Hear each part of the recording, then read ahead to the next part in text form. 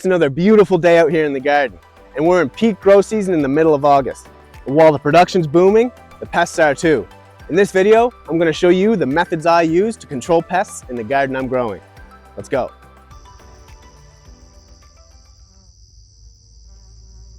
Now, it's called pest control because you'll never truly get rid of the pests. They will always come back in one form or another. But controlling them with different methods and techniques is the name of the game. So I'm going to show you some of the pest problems that I'm having some real trouble with right now and what I'm using to control them.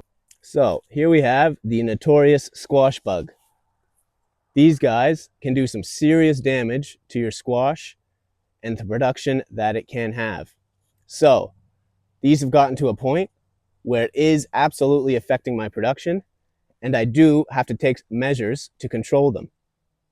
Now, let's go see what I'm using to keep these guys at bay.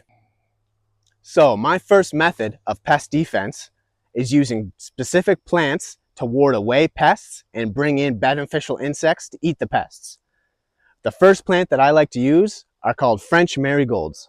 They produce a compound that pests absolutely hate, and it really helps within the first 2/3 of the season to ward away those initial pests that come. The second plant that I like to use to ward away pests are onions. Again, pests don't really like the smell of onions, and so I like to border the really susceptible plants with onions and marigolds. The third plant that I really like to use to set up my pest defense is called sweet alyssum. Now, sweet alyssum brings in beneficial insects like ladybugs that absolutely love to eat the pests off of your plants. So, using all three of these in conjunction with each other is an excellent defense for the first 2/3 of the grow season. Now that we're in peak grow season though, the pests are becoming extremely prevalent, and this can only help so much.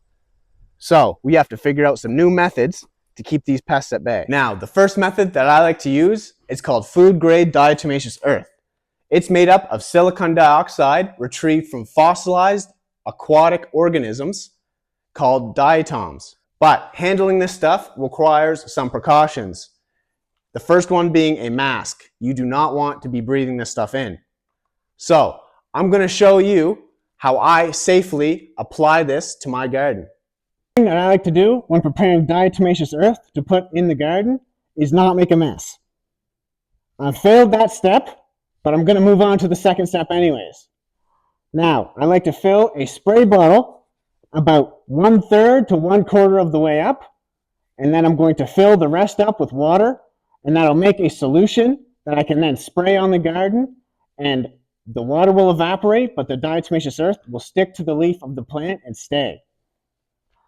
You'll also notice that this bag is OMRI labeled, which means it is organic certified and has went through testing to make sure that it's safe to put on your organic garden, which I am trying to do. So here we have the diatomaceous earth in solution form, and that means I don't really have to wear the mask because I'm not worried about powder.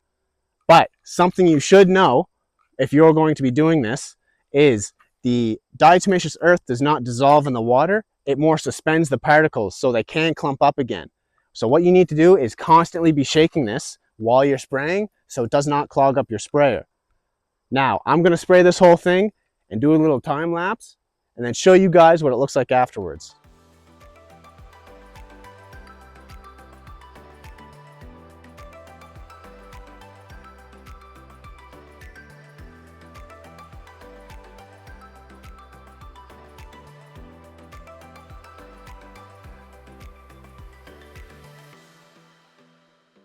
This is what it's going to look like as the diatomaceous earth dries on the leaves.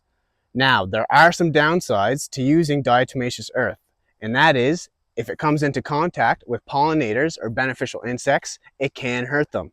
So what I like to do to try to mitigate that as best as possible is I target the diatomaceous earth where the squash bugs like to hang out and not the pollinators. For instance, the squash bugs absolutely love the leaves. So I target the tops of the leaves and not the bottoms, so I can keep most of that diatomaceous earth on top, away from the flowers and away from where those pollinators like to come and hang out and get their pollen. So as you'll see over here, has yet to dry, but like this flower right here, I made sure to stay away from that one. And I stayed away from this one and that one. But on the tops of the leaves, it's the diatomaceous earth is there.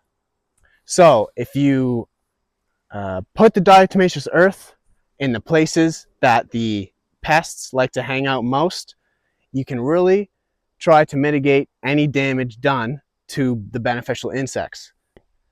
So the really good thing about this is we get rain in about 2 days.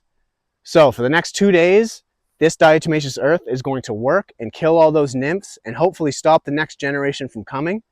But then when the rain comes, it'll wash all of this diatomaceous earth away and allow those pollinators to come back in and keep pollinating the vegetables exactly how I want them to keep production where it is. Another thing that I will use or briefly used in the past is called insecticidal soap.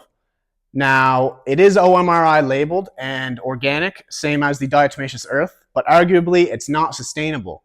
Now, my goal here for all of this and in life really is to be more sustainable and as sustainable as I possibly can. So while I have used this before and I've used it once this year already, I am going to stray away from using these things, and I would like to focus more on biological insects for pest control. Now, saying that, I will teach you kind of what the insecticidal soap does. So you add it in water at a certain concentration, and it is sprayed onto foliage where the insects are, and it basically wraps around the insects and suffocates them, acting kind of like as a sticky soap around them. Now, I'm not going to use it now, even though I do have some black cherry aphids out on the cherry tree, but I will show you the cherry aphids and what they're doing and kind of what to look for yourself in case you might have them on your cherry tree. So here we have a white gold cherry tree. And as you can see, we've got some curling leaves like this. And that's telling me I've got some sort of sap-sucking insect or pest on it. Now, that insect just happens to be the black cherry aphid. And if I can get a focus here, you'll be able to see some ants in there with the little black cherry aphids. Now, ants sort of act as a detector insect, telling me that there are some black cherry aphids in there. I just had it good and now it's gone. Okay. So as you can see, there's the little black cherry aphids on there with the ants. Now, the ants are using these black cherry aphids for the honeydew or sweet sap that the aphids make this leaf produce because it's causing it stress.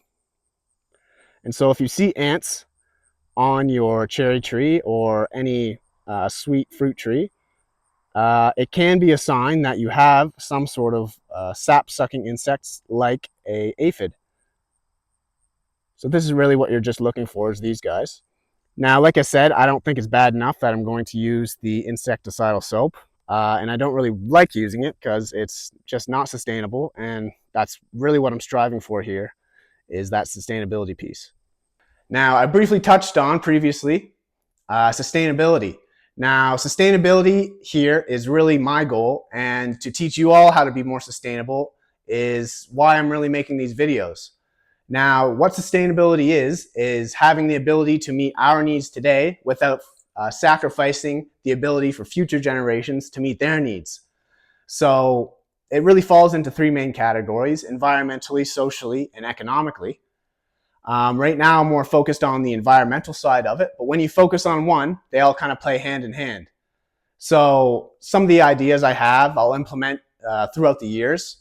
Whether that be including more native plants into the landscape, breeding beneficial insects instead of using pesticides, making my own fertilizer rather than buying it. And everything I'm doing is organic, but arguably it's not sustainable. So implementing these sustainable practices is really my goal here, and teaching you all again. And as I progress through the years, I'm going to be learning more and more about this and showing you guys through the process.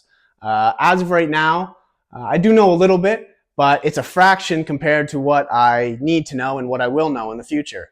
So I hope you guys are here to see me progress through this, and I hope you guys learn with me through the process. And I'll touch on all this more and more in depth in future videos, but I just want to plant the seed now.